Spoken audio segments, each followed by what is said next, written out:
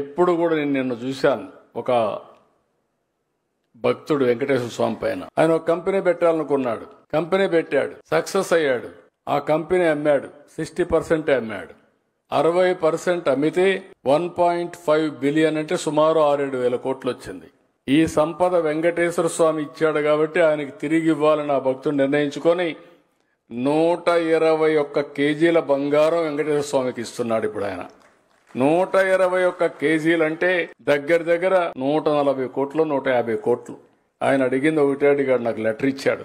Sir నా పేరు మాత్రం చెప్పొద్దండి, చెప్తే మళ్ళా నాకు ఇది వస్తుంది, మీరు కావాలని చెప్పమని చెప్పాను. అంటే మీరు గుర్తుపెట్టుకోవాల్సింది ఆయనకు ఒక ఇంట్యూషన్, భగవంతుడు ఒక ఇంట్యూషన్ 121 కేజీలు ఇమ్మన్నాడు. కానీ వెంకటేశ్వర స్వామి రోజుకి 120 కేజీలు ఆభరణాలు ధరిస్తాడు.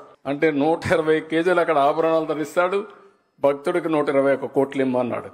ఆయన అదే అన్నాడు, సార్ నాకు తెలియదు వెంకటేశ్వర స్వామి ఇంత బంగారం ఆభరణాలు పెట్టుకుంటాడని, కానీ నేను అడిగాను, వచ్చినాక అడిగితే చెప్పారని చెప్పి 121 కేజీల బంగారం దేవుడికి ఇచ్చాడంటే ఒక వ్యక్తి ఒకేసారి 140 కోట్ల రూపాయలు దానం చేశాడంటే అది ఆయనకుండే విశ్వాసం అని చెప్పి కూడా నేను మీకు తెలియజేస్తున్నా.